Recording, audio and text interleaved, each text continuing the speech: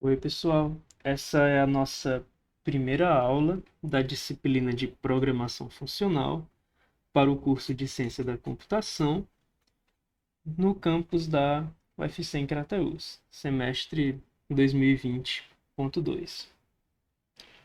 Nessa disciplina, a gente vai estudar o paradigma de programação funcional e a gente vai utilizar a linguagem Haskell para estudar esse paradigma. A escolha de Haskell pra, para o estudo desse paradigma se dá pelo fato de Haskell ser uma linguagem puramente funcional, ou seja, Haskell não implementa nenhum outro paradigma senão o paradigma de programação funcional. Diferente dos outros paradigmas, como é o caso do paradigma procedural ou de orientação e também o paradigma de orientação a objeto, Haskell não está interessada em definições, digamos, de um sequenciamento de ações para resolver um problema. Pelo contrário, em Haskell, os problemas devem ser resolvidos a partir de declarações. Haskell é uma linguagem declarativa. A gente utiliza declarações de tipos que caracterizam os nossos dados e de funções que determinam transformações dos nossos dados para tentar estabelecer uma solução para os problemas utilizando transformações dos dados, sempre de uma forma declarativa, né? A gente declara quais são os nossos tipos, os dados, e a gente declara também as transformações sobre esses dados. Tá bem? Isso aproxima a linguagem Haskell e, naturalmente, o paradigma funcional da linguagem que se costuma utilizar para fazer definições de, de entidades matemáticas, né? Tanto é que na página inicial da linguagem, né, no haskell.org, o exemplo que eles trazem logo no começo é um exemplo do, de uma lista de primos, né? Uma lista de números primos. É justamente porque quando Haskell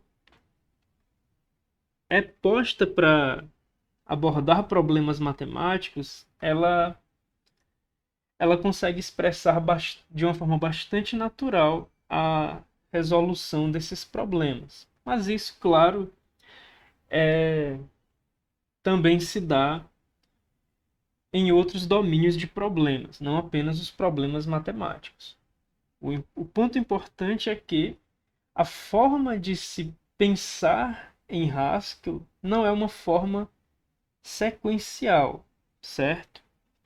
É uma forma declarativa, são apenas definições, definições de tipos, que são os dados, e definições de funções, que são as transformações sobre esses dados. Como essa linguagem ela é bastante declarativa, não existem efeitos colaterais implícitos na linguagem. Isto é, qualquer efeito colateral, ou seja, uma mudança em um arquivo no disco, ou uma leitura de conteúdo do teclado, ou imprimir alguma coisa na tela, tudo isso tem que ser deixado explícito, inclusive pelo sistema de tipos da linguagem.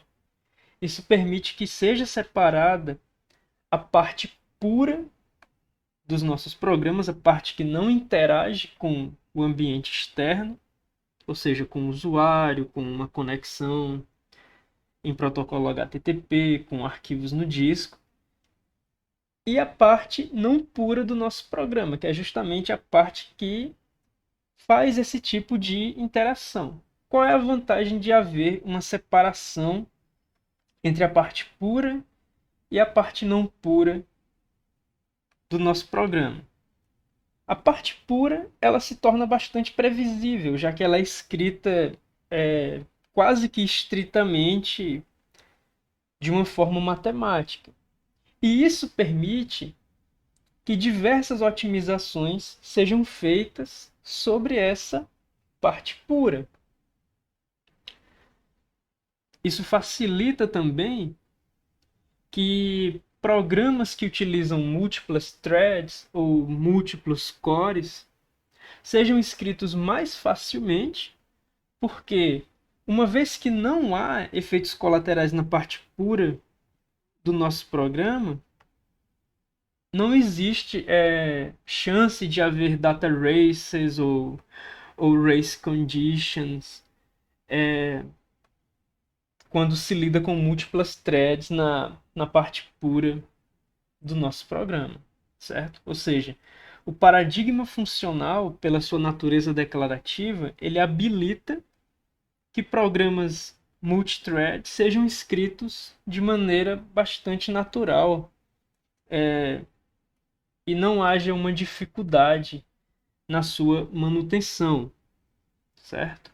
Como a linguagem e naturalmente o paradigma tem essa natureza declarativa, não existem mudanças de estado, porque mudanças de estado também são efeitos colaterais, né?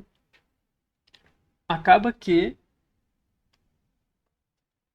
depurar o comportamento de um programa funcional e naturalmente de um programa escrito em Haskell, quando necessário, e raramente é necessário, mas quando necessário, é bastante simples, é muito mais simples do que fazer a depuração de um programa escrito numa linguagem imperativa, que,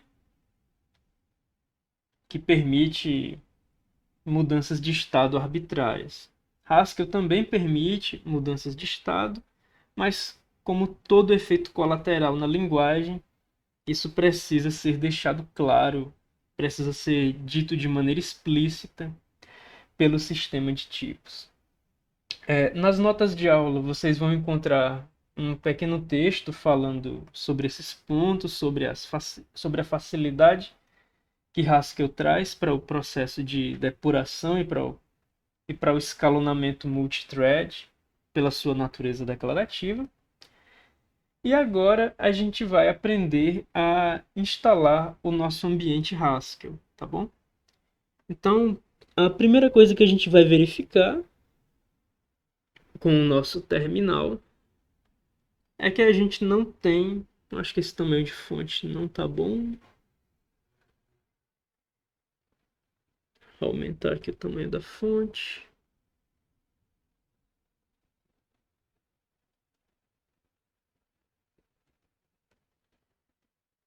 Coloca pelo menos 16.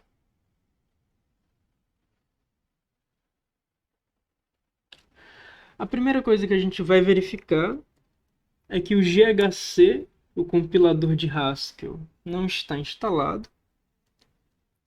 E o GHCI, o modo interatível de Haskell, também não está instalado, certo? Eu criei um usuário novo no meu computador justamente para não ter esses programas previamente instalados.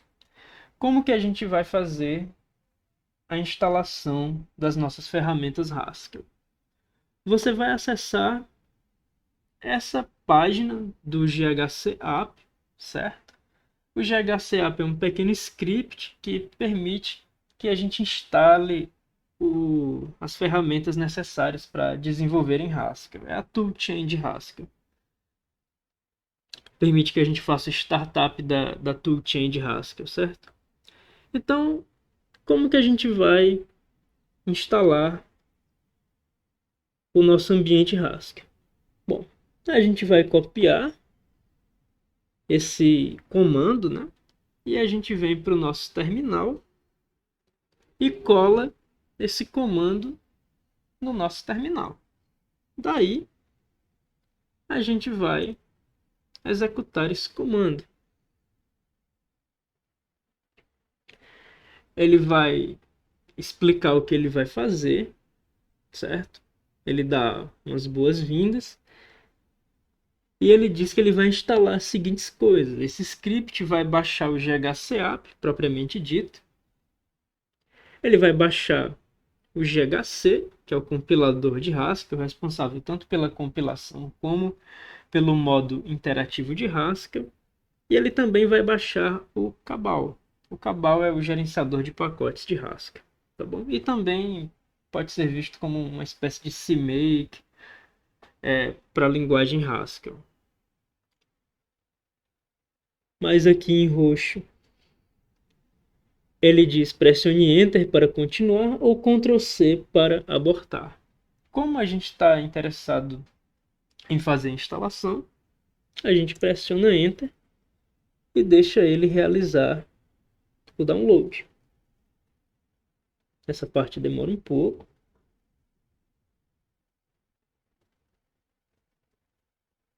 Até porque a minha conexão de internet não ajuda muito.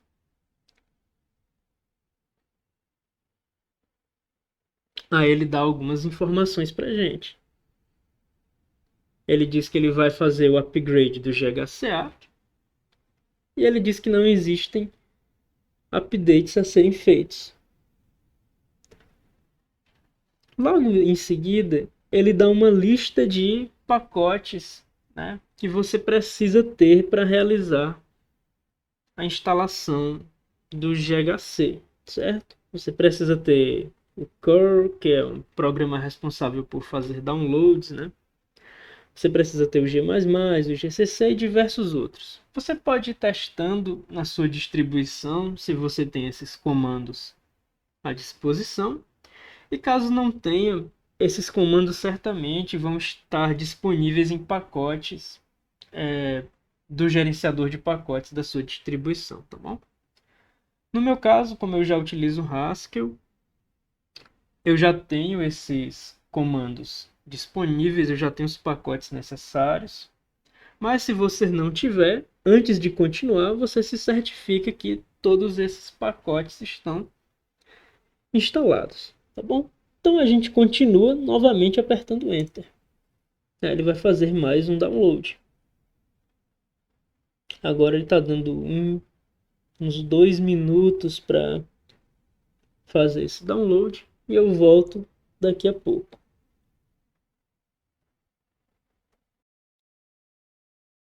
Pois bem, a gente está voltando aqui porque o download está terminando. Ele terminou de fazer o download do GHC e aí ele vai continuar o procedimento de instalação, descompactando o GHC e em seguida fazendo mais alguns downloads. Como a minha conexão de internet não está cooperando hoje, isso foram 8 minutos para baixar 198 megabytes.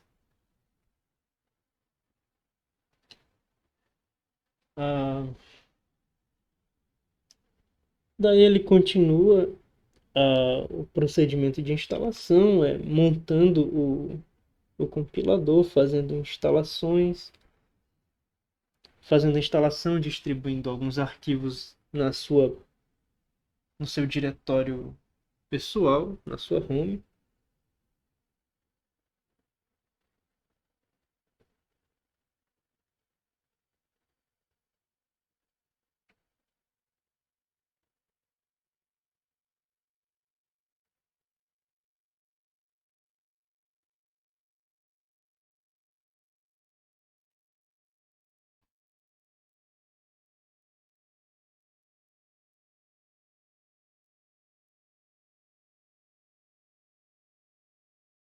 E pronto, ele terminou a instalação do GHC.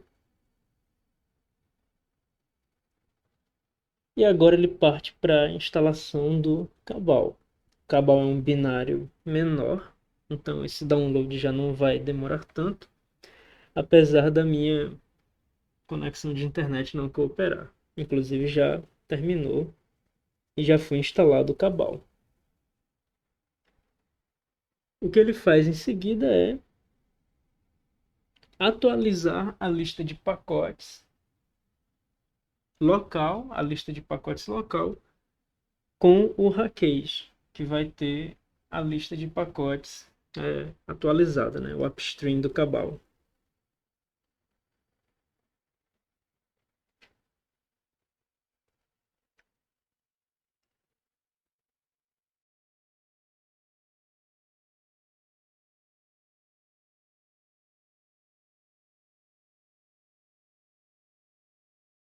Pronto. Ele terminou de fazer o download da lista de pacotes do Rackage e ele avisa para a gente que a instalação terminou. A instalação dos componentes principais, o GHC, o GHCAP e o Cabal. Agora, ele pergunta se a gente gostaria de instalar o Language Server de Haskell. Esse programa ele é bastante útil para a gente editar código-fonte em Haskell, certo? O VS Code vai utilizar o Language Server, o Atom vai utilizar o Language Server e diversos outros editores, como o Vim e o Emacs. Então,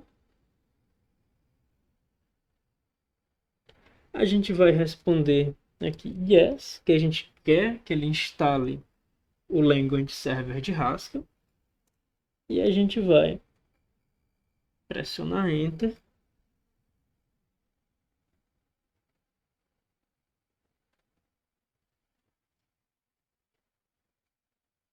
E aparentemente o download não está sendo feito.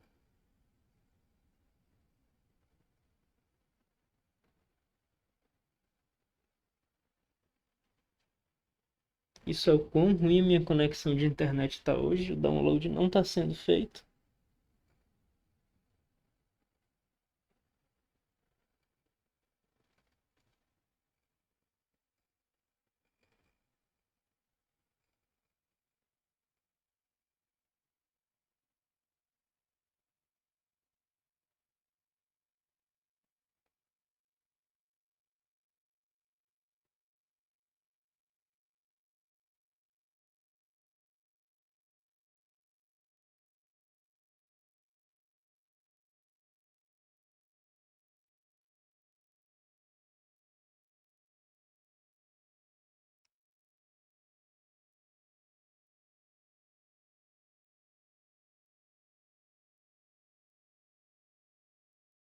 E parece que vai demorar bastante esse download. Agora que começou. Então eu vou pausar e eu volto quando o download estiver mais perto de acabar. Bom, a gente está voltando agora porque o download do HLS, do Haskell Language Server, terminou. Após isso, o instalador vai fazer mais uma pergunta. Ele percebeu que, no meu caso, e provavelmente no de vocês, o bash é o nosso interpretador de comandos no terminal, é o nosso shell, certo? E aí, ele pergunta se a gente gostaria de adicionar a pasta com os binários de Haskell automaticamente na nossa variável de ambiente, path, o que tornaria disponível os binários de Haskell na nossa linha de comando. Então, sim, a gente vai responder sim a essa pergunta. Caso você queira fazer isso manualmente, fica à vontade, não é tão difícil de fazer e você aprende mais uma coisa, tá? Mas aqui no nosso caso, como a gente está querendo utilizar todos os recursos do instalador, a gente vai responder sim a essa pergunta de que a gente quer que ele altere a variável path para a gente. E após isso, a instalação termina. Então vamos ver se funcionou. A gente vai sair desse terminal. Deixa eu minimizar esse navegador. E a gente vai abrir um novo terminal. Vamos ver se a gente tem disponível o GHC. O GHC está disponível agora. Vamos ver se a gente tem o GHCApp disponível. Ele também está disponível. É quem permite que a gente controle o nosso ambiente Haskell. E a gente tem o GHCI, que é o modo interativo de Haskell, né? Onde você pode lançar alguns comandos e obter a resposta desses comandos de volta. Também é bastante útil para aprender sobre a linguagem. Dois pontos Q e você sai do GHCI. Pois bem, pessoal, depois de concluída a instalação, você vai poder utilizar o seu editor de texto preferido para editar os seus programas em Haskell, tá bem? Que a gente vai desenvolver durante a disciplina. Então, é isso e a gente fica por aqui.